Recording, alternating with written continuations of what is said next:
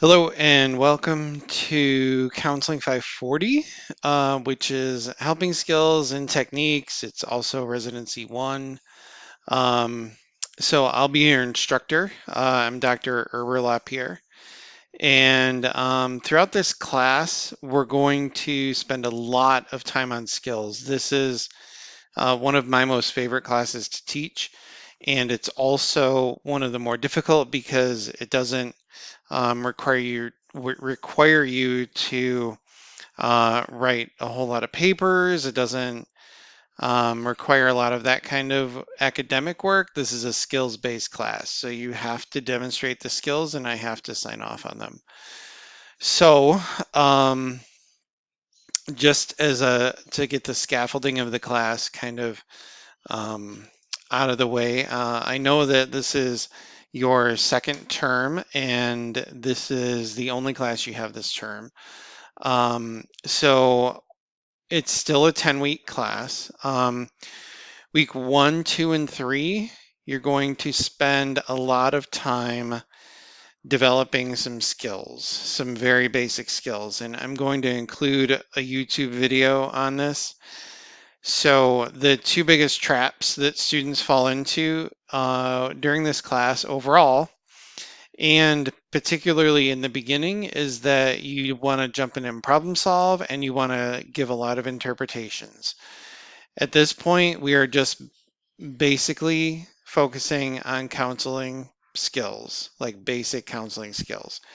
You wouldn't necessarily run a whole session using just basic counseling skills, but we're going to work on these in kind of excruciating detail so that you can get a really good handle on these, and so you'll have them in your back pocket for when you get into a jam. I can't tell you how many times I've just fallen back on using basic counseling skills when I'm not sure where next to go in the session, or if I want to ask a question and I'm unsure that I want to ask a question. So normally what I'm looking for in terms of reflections to question ratio is one question and then two or three reflections, and then one question and two or three reflections. That has a good pace for the session. That's something else I'm going to be looking at.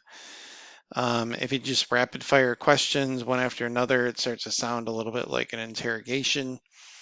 So anyway, those are just kind of some preliminary thoughts. The scaffolding for the class, back to that. Week 1, 2, and 3 are going to be submitting videos. You're going to be learning nonverbal skills and encouragers in the first week. You're going to learn paraphrasing in the second week. And in the third week, we're going to talk about summarizing. So I sometimes refer to these skills interchangeably. I also have different names for some of the skills just based on how I learned basic counseling skills and my work over the years as a counselor. I've heard these referred to as different things. So we'll go over each one every week. I'll do a video like this, and I'll talk a little bit more in depth about what each one of those skills are. You'll be submitting videos. We'll also be doing some work on self-care and things like that. Week 4 is the big week. It's the week you go to Manchester. We meet in person. We spend an entire week together learning about counseling. I kind of refer to it as counselor camp. Um, and I like it. It's a ton of fun. But we're going to spend quite a bit of time together in roughly 2-hour blocks. The first 2 days are pretty solid skill days.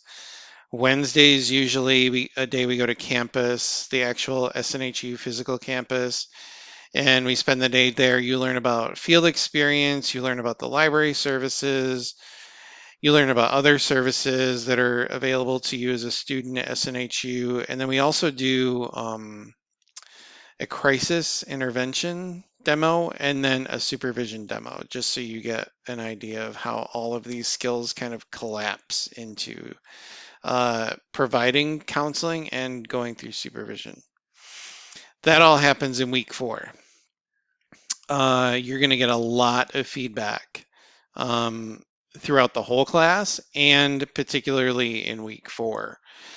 And what I just ask you to do is come into this with a growth mindset that this, even if you've done this work for a long time, or you've been a case manager, or you've heard these words before, we're looking for something very particular, and we're going to be giving a lot of very constructive feedback in terms of formative feedback and summative feedback. So formative feedback is, I saw you do this and I'd like you to do that.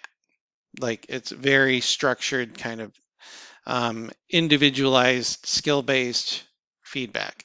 You're also going to get summative feedback, which is kind of an overall overarching type of feedback. So this is like my interpretation of like the pace of the session and how I see you developing empathy with your client, things like that. So you're going to get that almost every day during week 4. And then in week 5 through 10, we're just going to work on honing those skills. Week 5 is actually, I think week 5, 6, and 7, you do a group. And you participate in a virtual group with the Residency 2 students. So they have to do a group, and you all get to be group members. Then the final project is a skills demonstration and case assessment. And then we kind of wrap up the class. So that's kind of a basic overview of the class. I tend to give more written feedback. I use the Word documents that are in the class that you use for each other. You'll be working on triads. I'm going to set you up in those triads. I'm going to rotate you through different members of the class so that you get different experiences with different people. It's kind of a fast-paced class. It's kind of a lot of work. It's definitely going to take up a lot of headspace. So I just kind of want to ask that you trust the process. You might hear that a lot during this class, and particularly during the week. We do all know what we're doing. We've been doing this for a long time. The faculty have.